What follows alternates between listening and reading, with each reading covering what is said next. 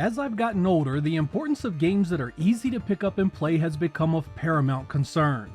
My personal time is extremely limited, so when I do sit down to relax, it's gotta be something that isn't gonna frustrate me or put me in a bad mood. This doesn't necessarily mean the difficulty has to be easy, but the gameplay needs to be fun and the mechanics second nature. These are what I call comfort games, and I have a list of them for you in this very episode. It's extremely important that you understand that this is not an attempt to make a best of list of any kind. This is a list composed of many genre types and across a number of different console platforms. They are simply games that I love to play and can sit down anytime to do so. The attraction is partly nostalgia, of course, but it also is about just how well made this software was. There's something special with each one of these, and I hope you enjoy the show.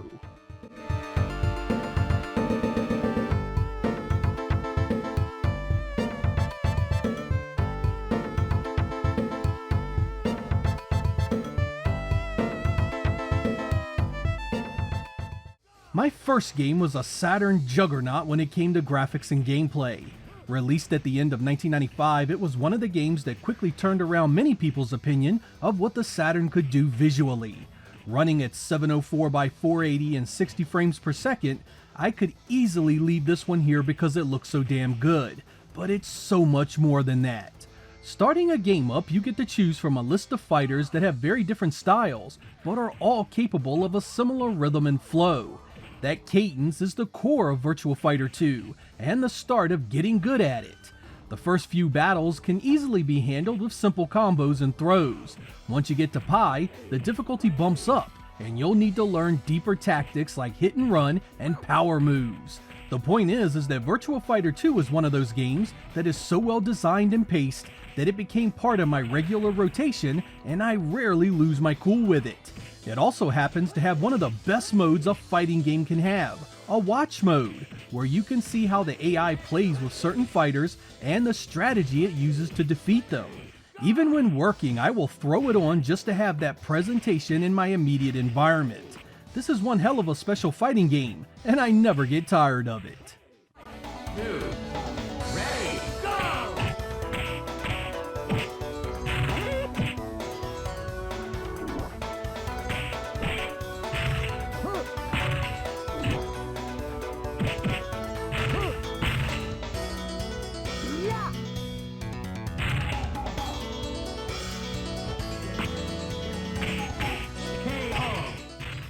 A big theme of this episode is pick up and play appeal. You won't find many games with more of that than Castlevania Symphony of the Night. Sitting down to play this is like spending time with an old friend you are extremely close to. There is nothing more to learn about it, nothing that's gonna surprise me, yet running through this castle, facing these enemies, while soaking up this presentation, man, there's magic in this game. A good platformer is a balancing act of making the movement, jumping, and attacks interact so well with the world around it all. How does that jump feel when it launches and lands? How does that attack feel when it hits or misses the enemies? Symphony was a product that found a perfect relationship between all that. And the funny thing is, that's before you get to the other areas it does so well. The RPG elements, the incredible soundtrack, it all contributes heavily to a game that is almost hypnotic in how it draws you into its world. You never really want to leave it either, and hours can pass just collecting money and looking for that rare item you'd like to have in your inventory. No matter the version, no matter the platform, Symphony is a masterpiece.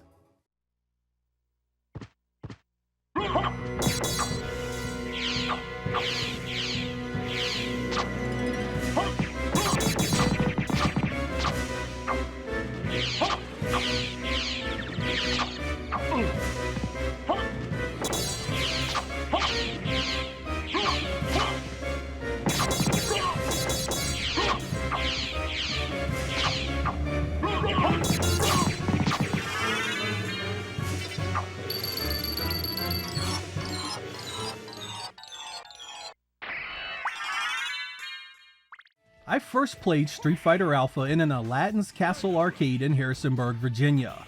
I was so happy to find it because my friends and I were such big fans of the series. The new art style, characters, and music were a big hit with us. When it was announced for the Saturn and showed up soon after, we just had to have it. It was one of those games we played together constantly, learning every move, every fighter, and every mode inside out. We eventually filled the save data with level 8 master playthroughs for everyone, and played it religiously until Alpha 2 was released. Years later, I still find myself returning to this one, however. There was something different about its smaller roster that felt more intimate and well balanced. Its locations weren't flashy, but there was comfort in their familiar settings, such as a small neighborhood store or an empty train yard. It was especially nice to see the fighters return from the first Street Fighter, not to mention a few new faces that felt like they always belonged. The gameplay was distinctly Street Fighter, but the new chain combos were such an easy addition to your arsenal. You could basically chain weak, medium, and strong attacks into anything, giving you easy damage potential for every single fighter, particularly when used with supers.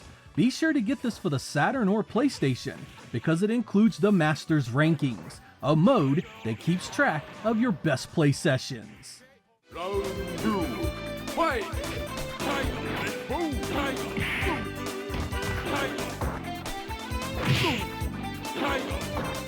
Fight! Fight! Boom! Tiger Grip! Boom! Tiger Grip! Tiger Blow! Boom! Tiger! Boom! Tiger! Genocide! KO! No! You win! When it comes to feel-good software, Sonic the Hedgehog 2 is a masterclass of nostalgic goodness. The 16-bit Sonic games already have core mechanics that couldn't be any easier to learn, but once you add in the stage design, music, and visuals of this one, you feel like a teenager every time you play it. It's also one of those games that once you learn the ins and outs, you never forget how to be good at it. The entire thing feels so natural, so second nature, you'll burn up the screen no matter how long you go between play sessions. I'm not the greatest Sonic fan, and I'd even argue the first game has its issues, but for me, Sonic 2 damn near perfected that formula. It was bigger and better in every way possible, and I still really enjoy it now that I'm much older.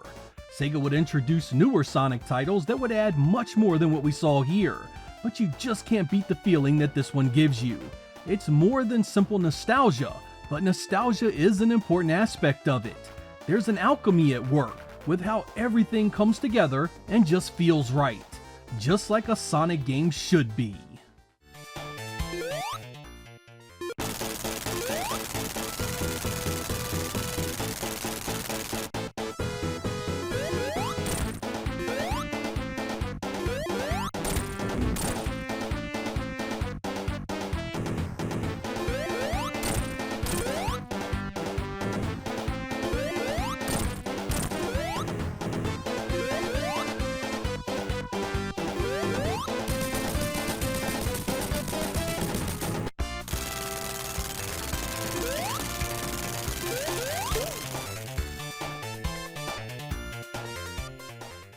If you ask a lot of people about what the best Streets of Rage game is, you'll likely hear all about parts 2, 3, and 4. There's not many out there that appreciate the first Streets of Rage the same way, but this game is super special to me. There was something about the locations that really spoke to me in this game.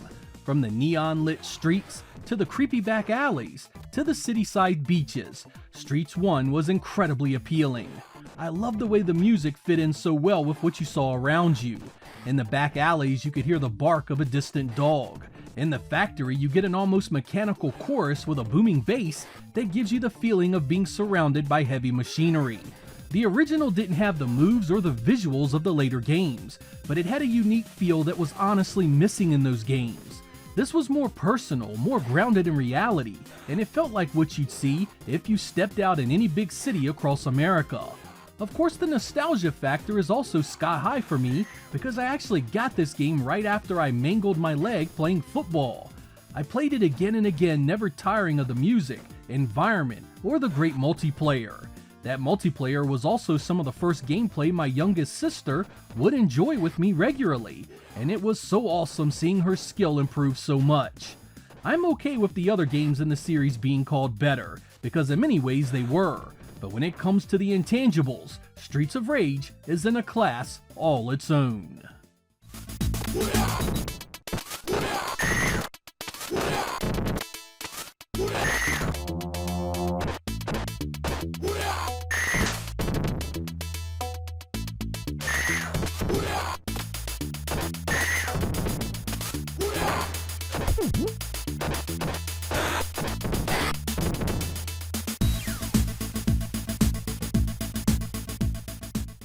Much like the first Streets of Rage, the original Road Rash on the Genesis is a game I just love to sit down and play often.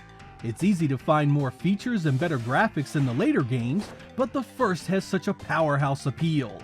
A lot of that is because of the soundtrack, which is incredibly unique. Rob Hubbard crafted an aural experience here that might be one of the most powerful descriptors of acquired taste I've ever seen. At first it may not meet the ear quite so well. Give it time, however, and it becomes an essential part of this experience. The entire thing screams grunge and teenage fantasy. Essentially, it's a backroads racing league with motorcycles, where there are no rules. Get from A to B any way necessary. That includes beating down your fellow racers and avoiding traffic that can end your dreams in a heartbeat. It's this combination of danger, rocking tunes, and competition that brings me back again and again. I love the twists and the turns of these roads. I'm always interested in what the other racers have to say, especially after I run them into oncoming traffic. Some of you may not find this janky, peculiar sounding relic of a bygone technology all that special, but for me it's a door back to a time when I was young and dumb enough to find something like this feasible.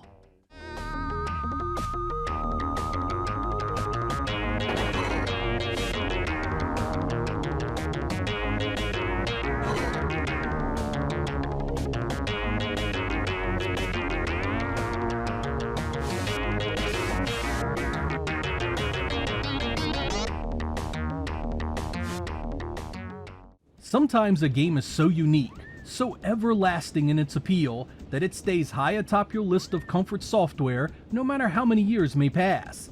That is certainly the case with Pilotwings 64. At first this may seem like the most simple of game titles. It initially appears to just be flying through rings and popping balloons. There's plenty of that to be sure, but it's also a lot more. There's different modes of transportation, some truly weird objectives, and if you like taking pictures, there's an entire section of the game dedicated to it. But it gets better. There's a cannonball target practice that shoots you clear across the map, bird wings to explore at will, and if you can believe it, you can even chase around a giant and launch missiles at him. The appeal here is about variety, the ease of play, and relaxing atmosphere. It's one of the Nintendo 64's most underrated and underappreciated game titles. If there's any such thing as gaming for the soul, this should instantly qualify. Go into it with your expectations in check, and just let it guide you gently into this universe. It's the game you play to get away from the stuff you normally play, and it's some of Nintendo's best work.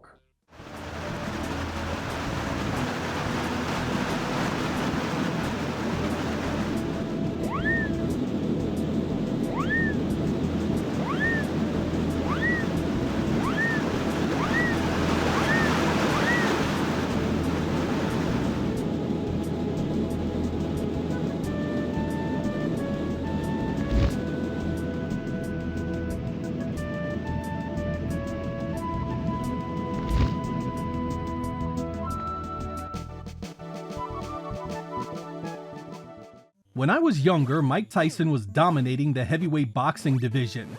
This dude was knocking out everyone, and when a video game showed up with his name on it, every kid in my school wanted to play it. To most of us, we were playing a kick-ass sports game featuring the heavyweight champion, but in reality, Nintendo had essentially created one of the best action puzzle games ever devised. Going into this, you can't just mash buttons and beat your opponents as quickly as possible. Nearly every fighter has a pattern that must be observed and then timed to perfection in order to defeat them. That there was part of the appeal, and the core gameplay is excellent without a doubt. But it's also a case of the fighters having such memorable personalities and visual traits. This bunch of would-be champions are an unforgettable mix of nationalities, body types, fighting styles, and difficulties. Once you face them, learn their moves, listen to their dialogue, and ultimately score the defeat, you'll never forget a single one of them. This creates a sort of timeless aspect to the appeal, and once you get good, it's a joy every time to work your way to face Kid Dynamite himself. There's a certain tempo to the repetition that always manages to be fun, no matter how many times you play it. It's another one where Nintendo created pure magic, and not even its sequels or follow-ups were ever able to top it.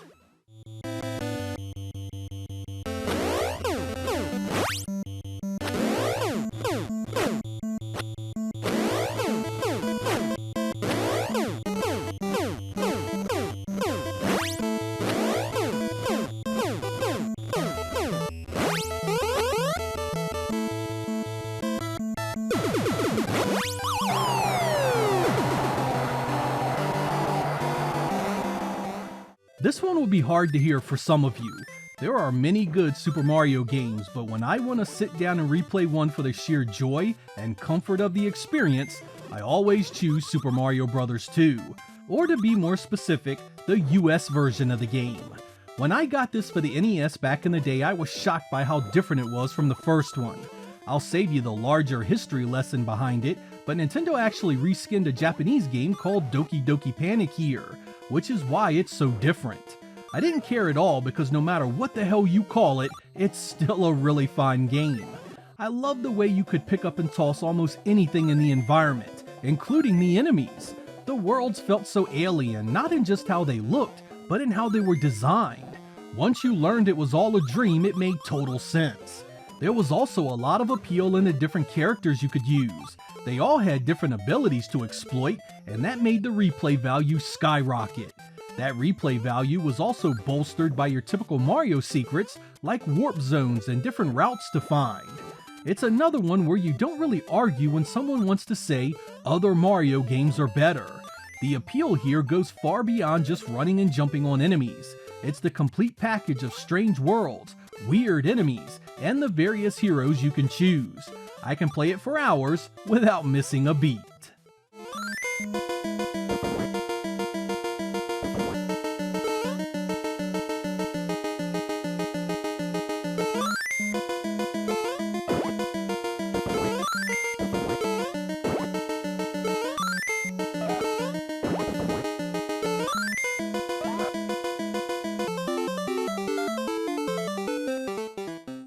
I remember when I got my Super Nintendo, I fell in love with F-Zero right away. Part of it was because of the Mode 7 visuals, of course. I had never seen anything like this at home.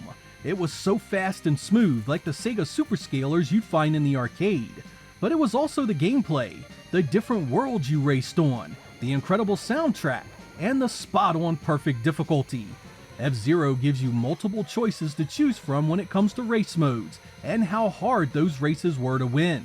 Whether you were a beginner or a diehard looking for a challenge, F-Zero was an adjustable masterclass of how to make your game appeal to every gamer type.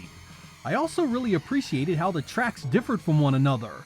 While many racing games leave it to the track itself to determine the challenge, you also had tracks in F-Zero where the atmosphere and obstacles mattered. The wind shear, magnetized strips, jumps, boost pads, and scrub vehicles made such a difference to the control.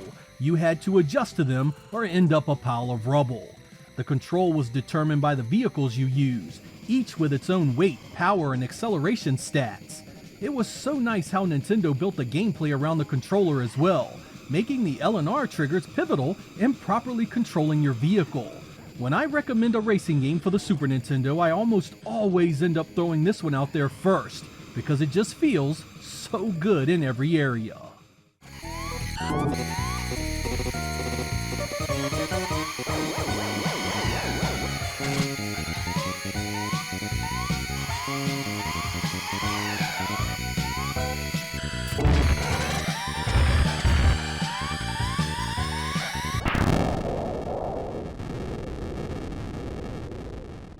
When I pull out the old PC Engine, I just have to play the legendary Axe. Though the games are totally different, this has a similar appeal as something like Road Rash for the Genesis. The visuals and sound are so distinct to this hardware, it's as feel-good as it gets. at least for me because I played the absolute hell out of it back in the day. I really liked how the gameplay was based on a timing and power system. You just couldn't go in and wail away on the enemy. You had to wait for your bar to be at max power to get the best effect. As you can imagine, this made for a game that could be crazy difficult at times. I didn't mind though.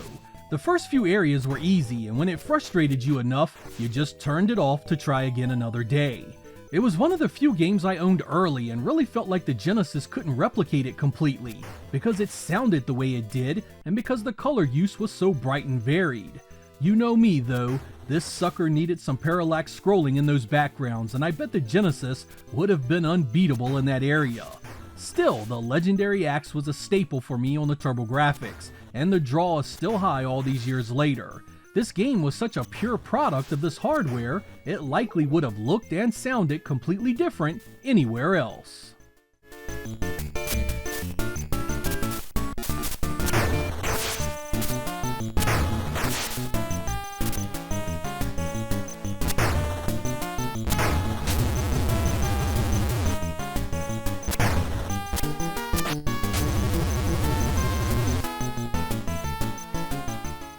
You may believe that a game that is notoriously difficult wouldn't be on a list of comfort games.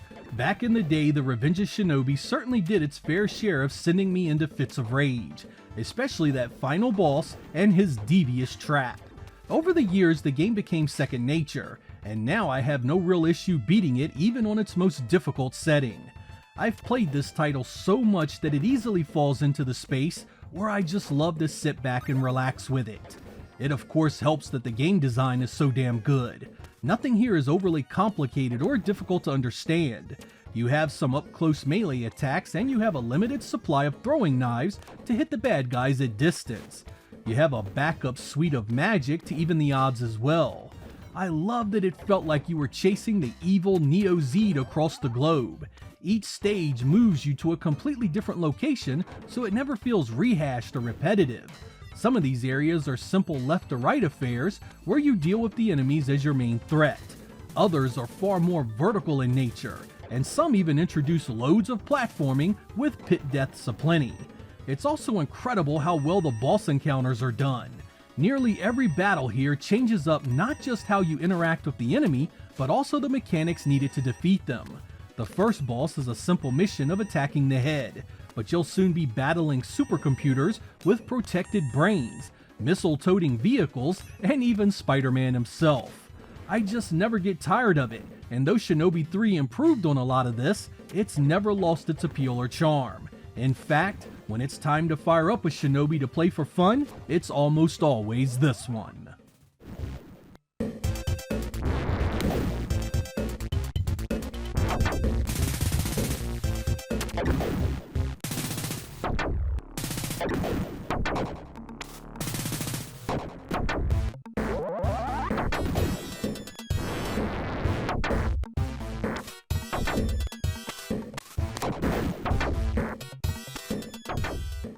Arcade racing games have a certain magic to them. They aren't really based on reality in any meaningful way, and they often value speed over everything else. Outrun 2 fits into that description well, but the draw to this one goes well beyond. The visuals alone make it worth recommending because they are drop-dead gorgeous. A powerful mix of buttery smooth performance and stunning detail. You'll have a hard time believing this sucker originally released in the arcade way back in 2003, 20 plus years ago. You'll also love the soundtrack, which remixes the classic tunes while giving us some extra Sega cheesiness to drive to.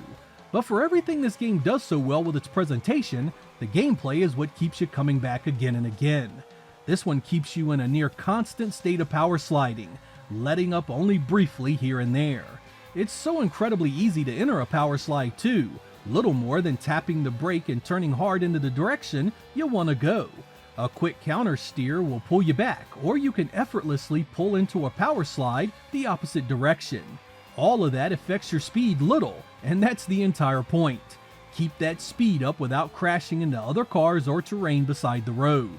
Its setup is classic Outrun style, where you can choose your route at various junctions.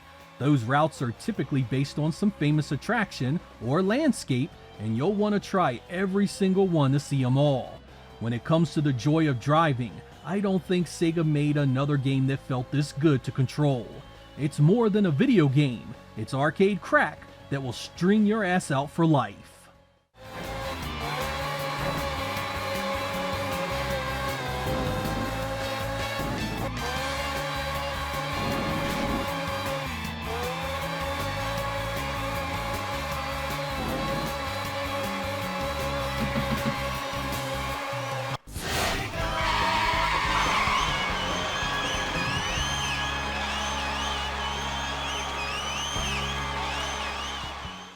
I couldn't do an honest list like this and not put Dragon Force on it.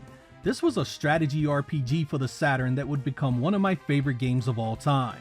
Since we have gone over this game before, I'll spare you the tutorial of how to play it, and just say no other game on this list, and few games beyond it, have the playability and possibilities you'll see here. You can play this entirely how you want to achieve what the game ultimately wants you to do. You can use any of the available troop types. You can conquer the map any way you feel. You can use the main characters of the story, or you can use the generals you turn to your calls. The short of it is that it makes for an insane amount of replayability, the kind that makes this a must for a list like this. The best part is that half the time I'm just doing things to see how they work. Can I beat a full army of dragons with a mage army only 40 strong? Can I take a castle of 10 generals with a raiding party of only 5? I know the game so well, the normal strategies to win have become, I dare say, too easy. Now I want a challenge, and when you pair that with this game's open-ended nature, it's alchemy on an enchanting scale. This goes much further beyond just a feel-good title for me.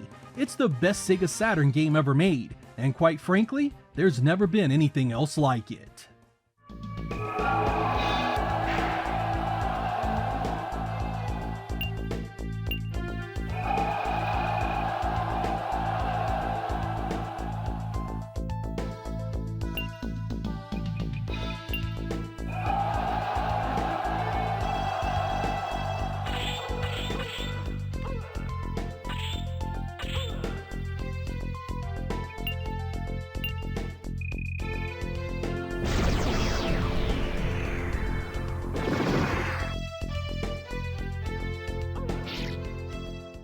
While I have no special interest in professional golf, video games based on the sport have been a love of mine since the 8-bit days.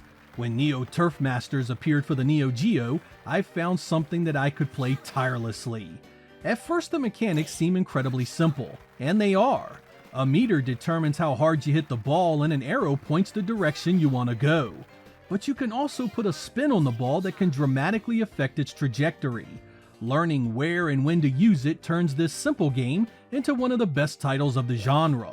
It's also really nice looking with loads of color and details all around the course. You always know where you want the ball to be and where things can go terribly wrong. Your choice in character also plays a big role in things. Some are all about power while others are more about finesse. The difficulty is also perfect. Play it on easy and there's nothing really keeping you from an easy day on the course and you're guaranteed to shoot well. Jack things up a bit and it quickly becomes a game where the smallest of errors can cost you heavily. All of that gels into a highly pick-up and playable golf game, whether you are highly skilled or just a beginner looking for a relaxing getaway. Neo Turf Masters is arcade gaming perfection. Player 1, second shot.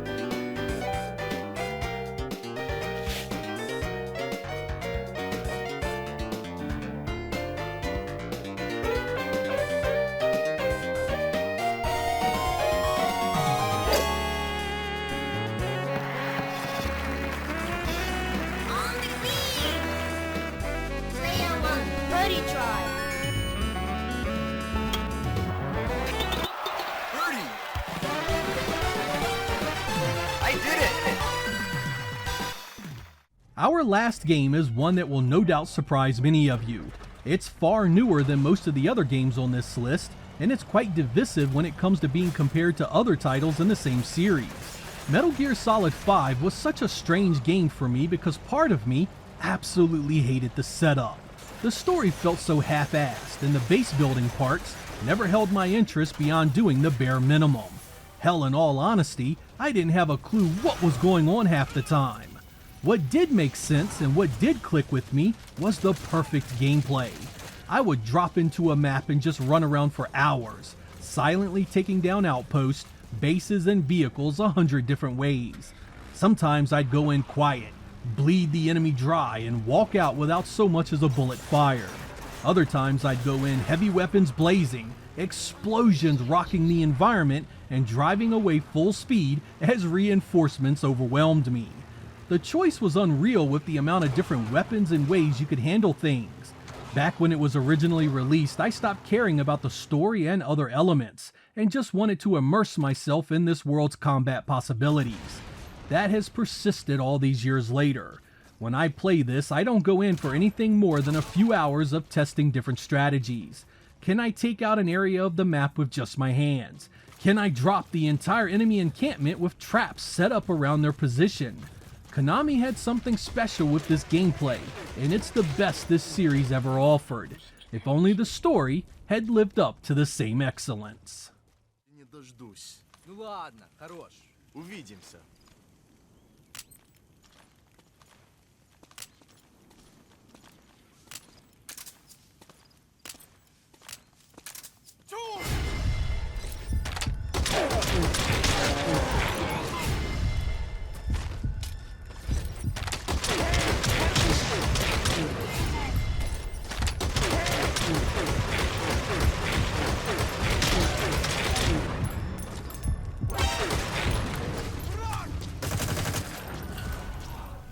When Halo Combat Evolved came along for the original Xbox, I had played a number of very good first-person shooters already.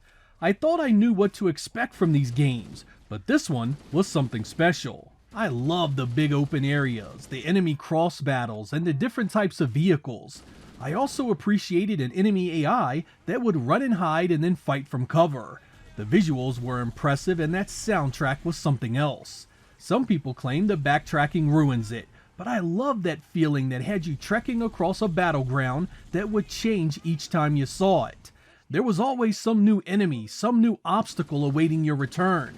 When the Flood showed up, it turned an already interesting game into a survival horror epic. Those things were everywhere and you were often scurrying for resources as you constantly ran out of ammo and grenades. You can play updated versions of this on modern hardware and it just never seems to get old to me. Rolling a tank into battle and trying to keep your troops alive was awesome, and the local multiplayer was every bit as addictive as classics like GoldenEye. This sandbox was sci-fi perfection, and I play it often, even today. Rings are concealed in those rocks.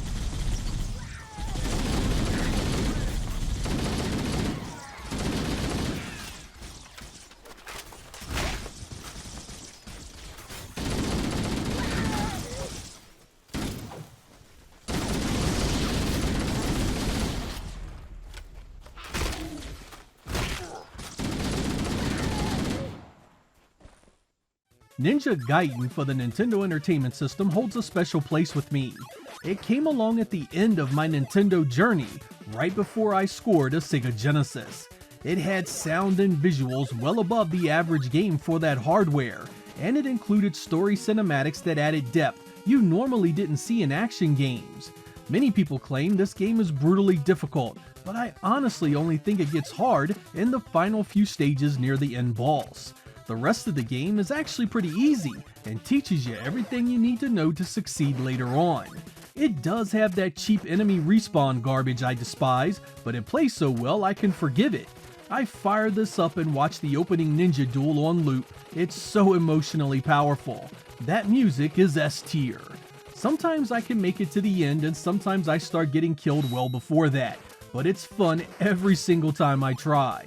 Sequels would follow, but this was the best this series ever got in 2D.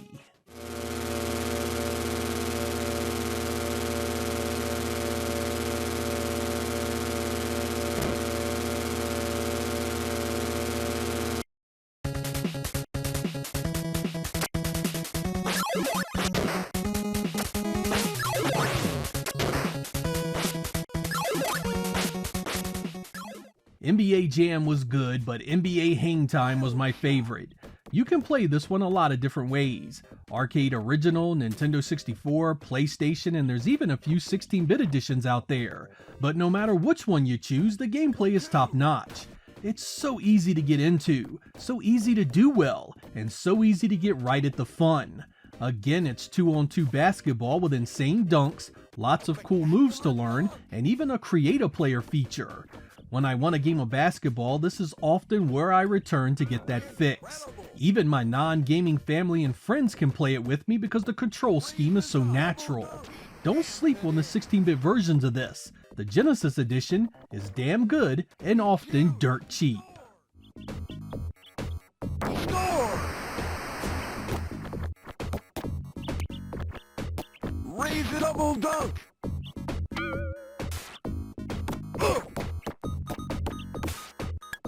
He's heating up! The fandom around the Versus series of Capcom fighters is often dominated by the likes of Marvel vs. Capcom 2 or one of the SNK entries. But when I sit back and want to enjoy some superhero-powered gameplay, it's typically the original Marvel vs. Capcom that I return to. It doesn't have the roster or the pretty three-dimensional backgrounds of some of the other games in the series, but I love the gorgeous two-dimensional presentation all the same. It's got a solid mix of fighters that's a big step up from the previous Versus titles, but not quite enough to overwhelm you like the later versions. That fight against Onslaught can be irritating, but the gameplay is smooth, fun, and satisfying otherwise. You can play the original arcade version on MAME, or you can fire up the Dreamcast port, which is just as nice. The only version I recommend skipping is the original PlayStation release. That is a shell of the original game, and doesn't even have the tag team battles. Back when the Saturn was coming to a close, I was praying that Capcom would end its support with a port of this game right here. That never happened, but the Dreamcast version is still a winner.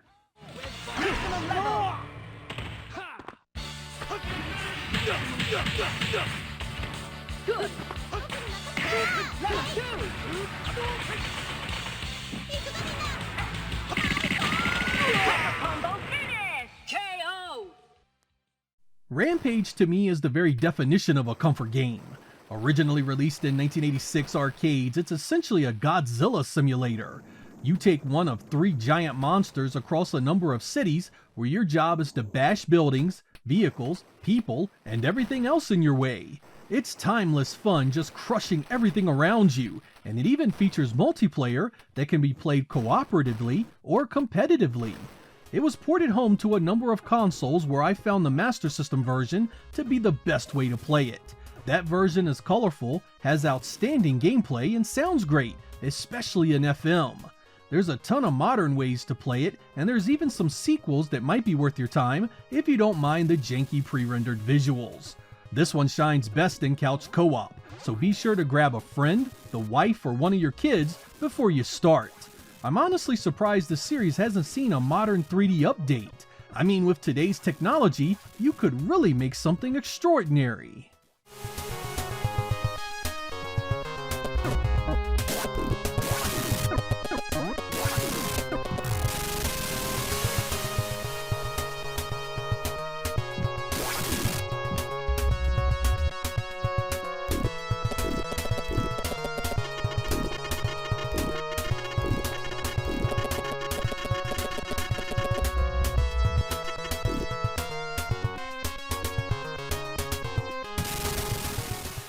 The original Grand Theft Auto 3 had been something, but when I want to play a Grand Theft Auto that just feels right, I'm always going back to Vice City.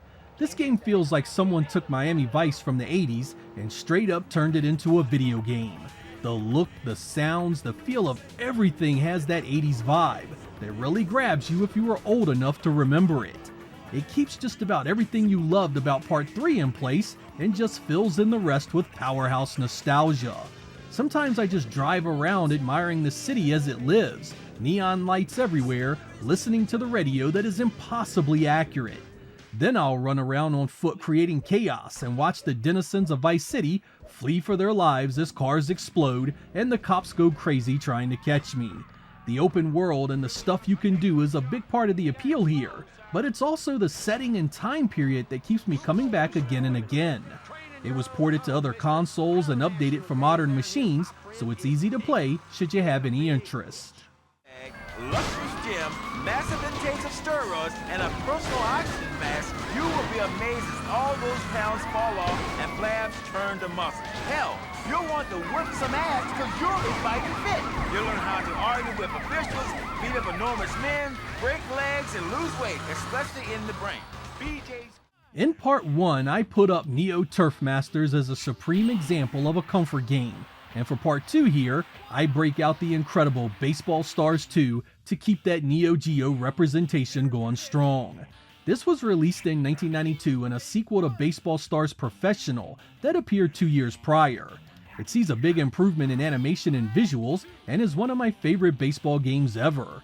The lightning fast pace, the comical art style, the over-the-top presentation, all ooze what made Neo Geo sports titles so appealing. Because the teams are all fictional and it isn't based on any official league, it never feels old or out of date. It's like playing in a minor league circuit in some small city. It's pretty much available to buy on every platform these days, but I still prefer to break out my MVS arcade board and play it proper. Neo Turf Masters is a beast, but this one ain't far behind it. There's the pitch.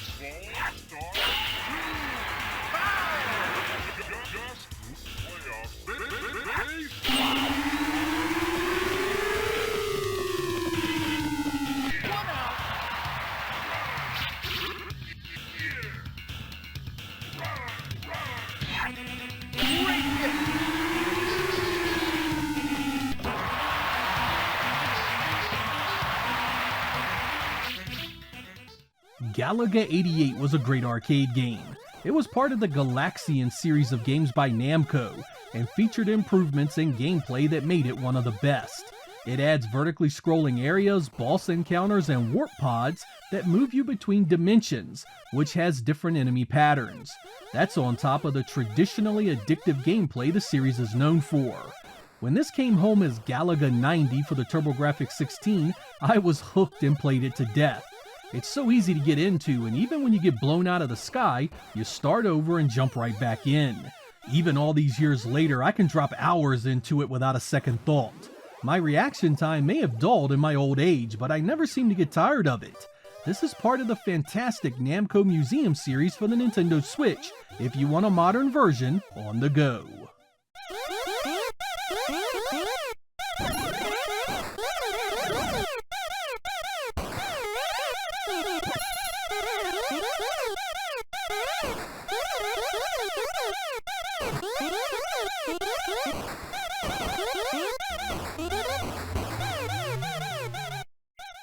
The amount of hate that China Warrior gets is unreal. This is one of my first TurboGrafx 16 games, and I don't care what anyone says, I absolutely loved it. It's basically a clone of the old arcade game Kung Fu Master, with much bigger characters. You march across the screen fighting enemies, birds, sticks, stones, and even fireballs. There's no question the gameplay is simple as can be, but I think there's a certain charm in that. It's a throwback to a time when you didn't need a ton of moves to have a bit of fun. Despite that simplicity, there's still some strategy to be had in this one.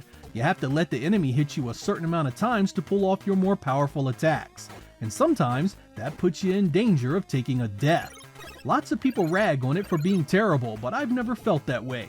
Considering it was originally released on the PC Engine in 1987, I always thought the gameplay fit quite well with that era. I mean, name me another 1987 game that was vastly superior to what this offered. Unfortunately, there's not many ways to play this on modern platforms, so you'll likely need to emulate it.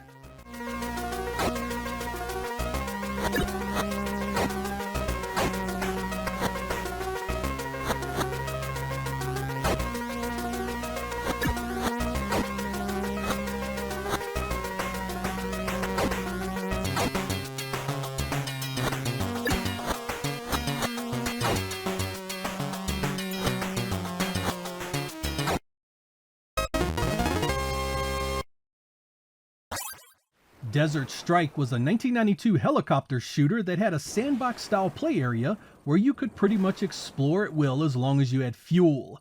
This was for the Sega Genesis originally, and man was it a good one I can still play today. While you only need to finish the objective to move on, I often find myself doing as much as I can on each map and running my fuel down to nothing every single time. I admit a lot of that time I'm just raining death and destruction down on the enemy, but I do look for patriots in need of saving. This may come as a surprise to some of you that I enjoy it as much as I do, because I typically am not a fan of top-down or isometric games. There was something special about this one though. It wasn't your typical shoot 'em up and it wasn't your typical simulation. It was right there in the middle somewhere that made it all kinds of playable. It was ported to other hardware and it had numerous sequels in the years that followed, but the original Genesis version is the one you want to play.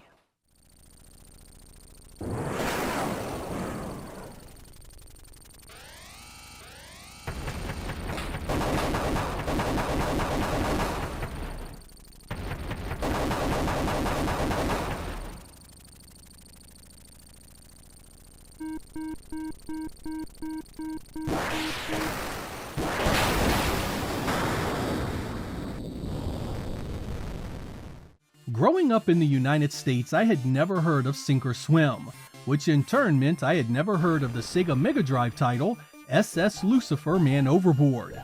This originally appeared in a number of PAL regions and I didn't discover it until many years later. It's an action puzzle game where your goal is to save as many crew members as possible before the water levels drown everybody on a sinking ship.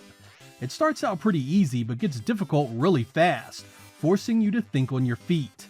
I always thought the visuals were nice with a great wavy water effect, and the music isn't overly offensive. The gameplay is mainly throwing switches and creating paths for the crew to get to safety. Do things wrong and you can send them to their deaths. It was a Codemasters release, so it came on one of those funky shaped cartridges, and there was even a Game Gear version of it. I'm not sure if it's the saving people aspect I enjoy the most, or the terrifying reality of drowning on a sinking ship, but I just find this one of the more enjoyable puzzle games out there. If you want to play it on the Super Nintendo, look for it under the name Sink or Swim.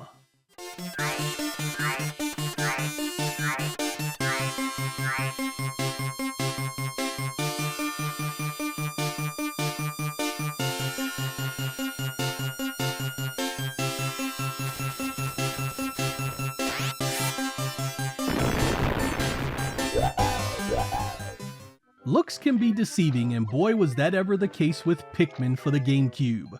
When I first saw this, I said to myself, this is more silly-ass Japanese Nintendo nonsense and not my kind of thing. I mean, look at it. A bunch of little dumbass flower people getting themselves killed and needing to be babysat. Regardless of that first impression, I did end up playing it, and I knew right away I had happened upon something special. These little dudes needed nurturing, but they were capable of doing and helping you so much. The goal was to rebuild your spaceship so you could escape the planet, and the Pikmin were your only way to do it. The visuals were standard Nintendo cuteness, but still impressive with loads of characters and enemies on the screen, and beautiful environments.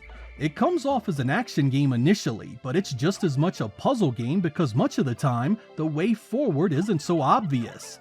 Different colored Pikmin are capable of different things, and you need to figure out the best way to use them. Put it all together and you have an outstanding action, puzzle, strategy hybrid that is so much fun to play. In the years since, there's been a number of sequels and spin-offs, but I always found myself coming back here where it all began.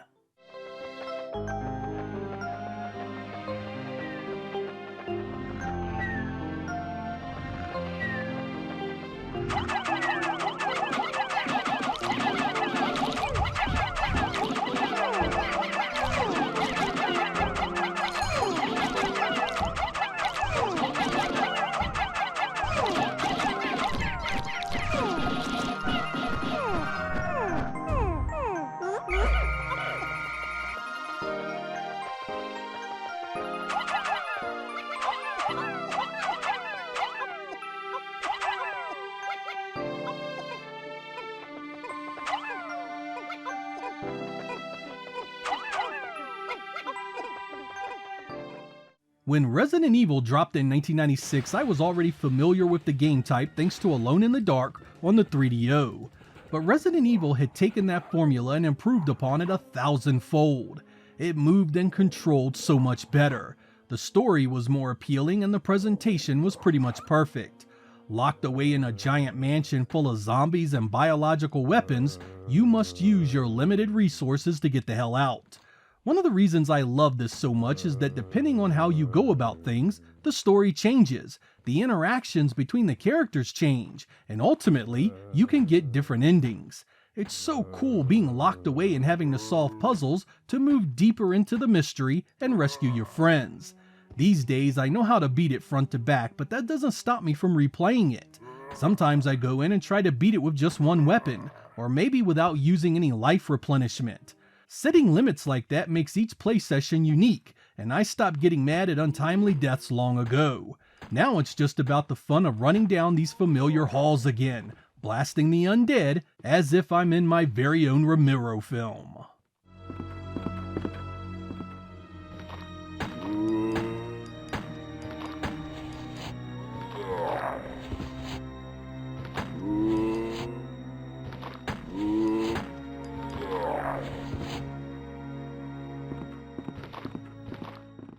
As someone who appreciates a good Diablo-style game, I was all about Baldur's Gate Dark Alliance when I got it for the PlayStation 2. In this action role-playing game, the aim is to defeat enemies, upgrade your items, and bring down the bad guys. You can do this alone or in cooperative multiplayer. This one is easy to pick up and play, simplifying things down so that even non-RPG people can appreciate it. You have a choice of different classes with different abilities, so the replay value is there and then some. You go in, bash the enemy horde, and move on to the next area or story segment. It's a great time at face value and never gets bogged down in conversations or cinematics for very long. After the PlayStation 2 version sold so well, it was ported to other platforms, even making it all the way to modern hardware like the Switch and PlayStation 5. The strength of this is in its multiplayer, but even alone I can play it anytime. It's fun, it still looks good, and the action is rarely interrupted. Should you enjoy it, there are also a few sequels you can explore.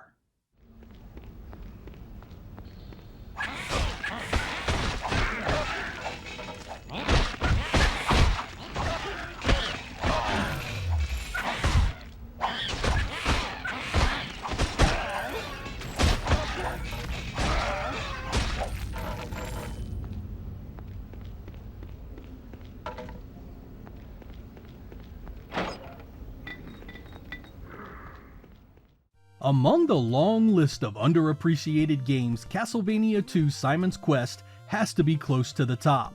Whenever you see a Castlevania top 10, it's rarely mentioned because the series has so many strong entries. That doesn't mean it was a stinker, however.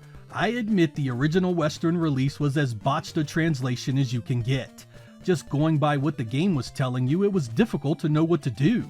But in 1988, this game was something else. It was huge with many places to explore, mysteries to unravel, and evil creatures to slaughter.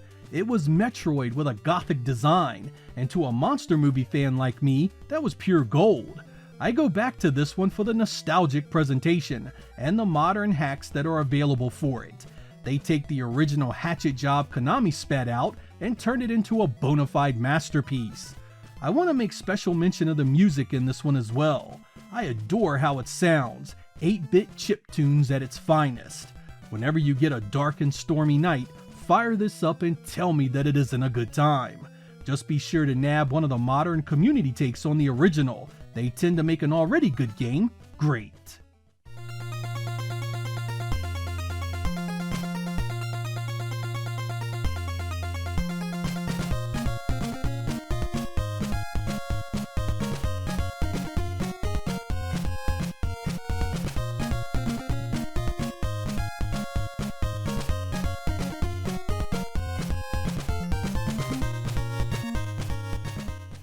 Looking at the cover of Donkey Kong for the Game Boy, you'd be tempted to assume it's a simple port of the original arcade.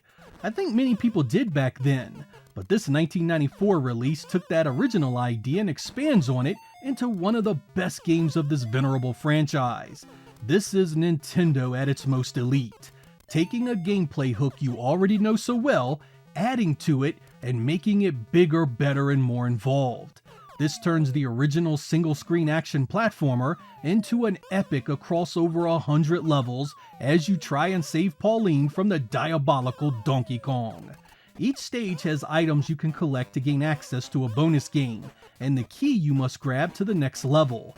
As you can imagine, the stages get harder as you get further in, and accomplishing these simple tasks become a brain-busting strategic affair.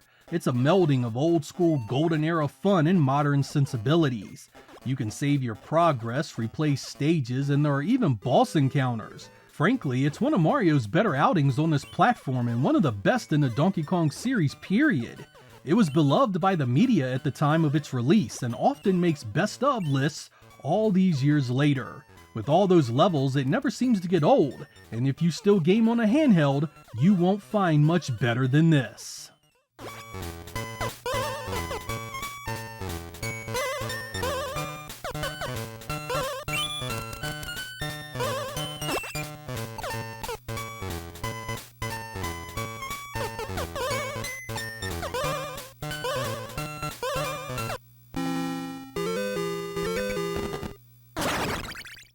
Comfort games can mean a lot of things to different people. For me, they are games to relax with, games that rarely infuriate me, games that just feel right, whether with a nostalgic presentation or gameplay that draws me in and never gets old.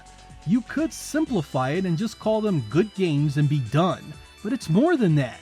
There are many good games out there that I don't replay, not because of any aversion to them, but because they lack the intangibles that create that special appeal. That's where the comfort part comes into play for me. These special games just have that extra bit of magic that make them my go-to whenever I have some free time and just want to sit back and really enjoy myself with some retro gaming. While on the subject, I would love to hear what games you consider as feel-good software. What memories do they bring up? What era of your life do you drift back to when playing them? Let me know down in the comments what you think. I'm Sega Lord X. Thank you guys for watching, and I will catch you next time.